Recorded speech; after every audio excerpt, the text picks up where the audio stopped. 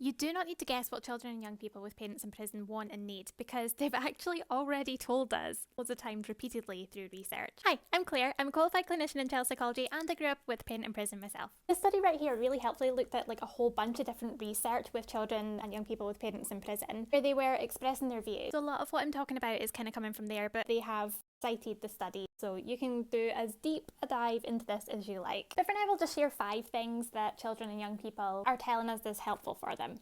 Number 1, taking part in extracurricular activities. They say this makes them feel less overwhelmed and can help them feel like they're just like normal kids having a normal childhood. Number 2, I've kind of bunched a few together. Essentially, it comes down to support. They want warm, empathetic adults in their life who can support them consistently. Number 3, for the children and young people who had good quality relationships with their parents, they want support to visit their parent. And they say that this makes them feel less anxious and less worried about them. There's a lot of research that backs up that, when it's safe and appropriate to do so, having these relationships with their parents in prison is actually better for their long-term health. Number 4, they want spaces without judgment, which shouldn't be too much to ask, but unfortunately the reality is we know that these children and young people are met with a lot of stigma and judgment. And lastly, number 5, they want open, honest communication about their parent in prison. They do not want wrapped in a protective shield of dishonesty. As adults, we need to make sure that we're doing this in like a really developmentally appropriate, sensitive way, but it is doable. These themes are really consistent in research. We've been seeing like the same kind of themes for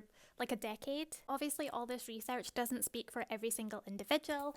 Every child or young person experiences this totally differently and uniquely themselves. Really what research does for us is gives us the majority of the experience, but it's okay if the child or the young person doesn't agree or like relate to these. Everyone is their own person, so we need to respect that too.